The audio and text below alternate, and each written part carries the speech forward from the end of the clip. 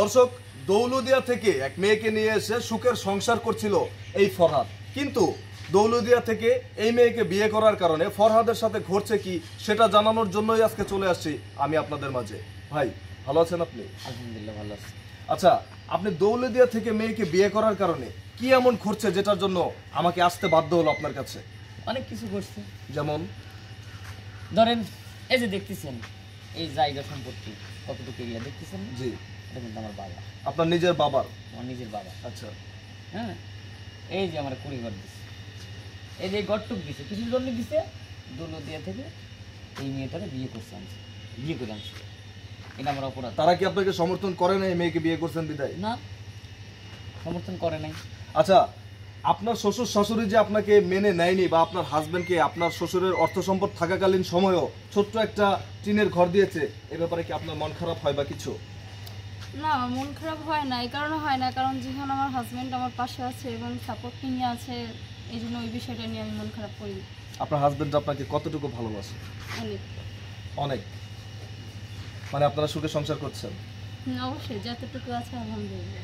আসলে দৌলদিয়া থেকে আপনি তার কাছে কেন বিয়ে বসলেন আর কিভাবে বসলেন, মানে বিস্তারিতটা যদি একটু বলতেন।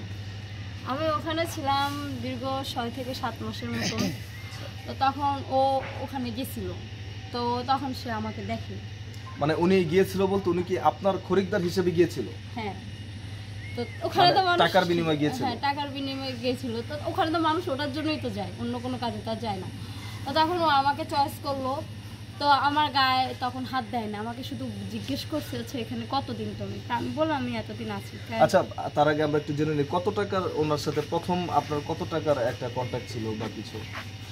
কত টাকার? আর 3000 টাকার মতো। মানে একদিনের জন্য 3000 টাকা ওনার সাথে আপনি কন্ট্যাক্ট করছেন? হ্যাঁ, শুধু 1 ঘন্টা। দেন উনি আপনার গায়ে টাচ করে নাই? আচ্ছা, তারপর কি হলো? তারপরে উনি আমার গায়ে বিস্তারিত সব জানলো। তারপরে এতটুকু বললো যে তুমি কি এখান থেকে যদি আমি নিয়ে যাই বা তোমাকে সুন্দর একটা জীবন উপহার দিই, তোমার কোনো আপত্তি আছে?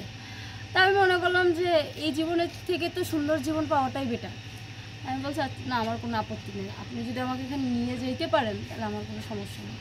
আচ্ছা, আমরা যতটুকু জানি দৌলদিয়াতে কিন্তু বেশ কিছু দালালের মাধ্যমে মেয়েরা ওইখানে থাকে, তো তাদেরকে টেকেল দিয়ে কিভাবে আপনারা ওইখান থেকে দুজন চলে আসলেন এবং বিয়ে করে সুখে সংসার করছেন? তারা কি কোনো ঝামেলা করার চেষ্টা করে কিনা আপনাদের মাঝে? ওখান থেকে তো আসা যায় না ওভাবে। ধরেন আমাকে এমনভাবে ক্যালকুলেশন করল তাতে ওর ডিমান্ড অনেক হয়ে যায়। আমি আমি বললাম যে ভাই এত কিছু করতে হয় না, সব দিন আমার ভালো লাগছে, মেয়েটাকে আমি বিয়ে করবো। হ্যাঁ, আমি একটা সবের কাজ করবো, কারণ তার দেখে আর ভালো লাগছে, আমার ভালো লাগছে, আমি বিয়ে করবো। কত টাকা লাগবে নিজে তো বলবো। আচ্ছা, আপনি একটা কথা বলেছেন, আপনি একটা কথা বলেছেন যে তাকে বিয়ে করবো, আমি সওয়াবের কাজ করবো। আসলে দৌলদিয়া থেকে একজন মেয়েকে বিয়ে করাটা কি আসলে সওয়াবের কাজ? আচ্ছা, অবশ্যই আমি মনে করি। এই যে দেখেন, কিছু প্রশ্ন আপনাকেও করি, যেহেতু অনেকগুলি প্রশ্ন করতেছেন, আমি কিছু প্রশ্ন করতে পারি নাকি? জি। আচ্ছা, এই যে মনে করেন যে আপনি সুদ খাওয়া, ঘুষ খাওয়া, এটা হারাম না হালাল? আপনি হারাম। হারাম। জি, হারাম না? মানুষ খাইতেছে না? এই যে কিস্তির উপর মানে টাকা নেয়, টাকা নেয় কি করে? টাকা দেয় কিস্তি সপ্তাহে সপ্তাহে, এটাও কি হালাল? না, ইসলামী দৃষ্টিকোণ থেকে দেখতে গেলে এটা অবশ্যই হারাম। হারাম, তাই না? তো আমি একটা খারাপ মেয়ে বিয়ে করে যদি মানে ভালো পথে ভালো রাস্তায় আনতে পারি, এটা কি অন্যায়? না, এটা সেই দৃষ্টিকোণ থেকে অন্যায় না, কিন্তু আসলে আপনি কি তাকে নিয়ে সুখে আছেন? আপনি আপনার সব চাওয়া পাওয়া তাকে দিয়ে অবশ্যই হয়?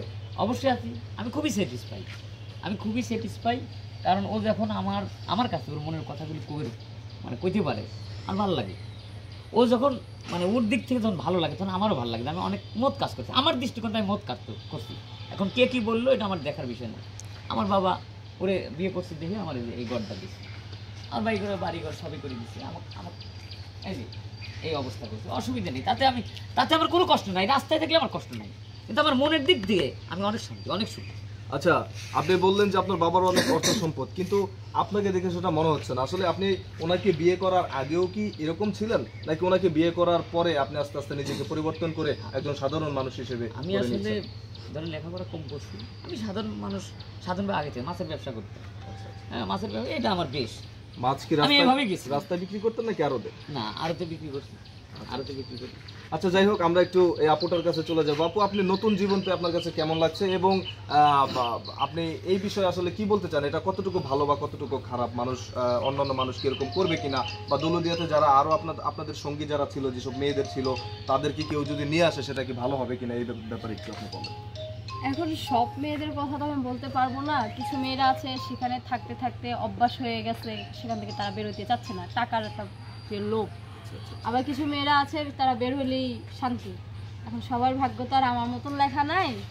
তা আমি আলহামদুলিল্লাহ আমি সুখে আছি, ভালো আছি। আর সবাইকেই বলি যে যারা যারা যদি ওই রাস্তায় থেকে থাকে ওখান থেকে বের হওয়াটাই বেটার। দর্শক, আপনারা শুনতেই পেলেন যে দৌলতদিয়া থেকে এই মেয়েটিকে বিয়ে করে এই ভাই এবং বোন তারা দুজন অনেক সুখে আছে, ভালো আছে, এবং তাদের দাবি এটা কোনো খারাপ কাজ না, এটা একটি ভালো কাজ এবং এটা পুণ্যের কাজ। তো ভিডিওটা বেশি বেশি শেয়ার করে সবাইকে দেখার সুযোগ করে দিবেন। ধন্যবাদ।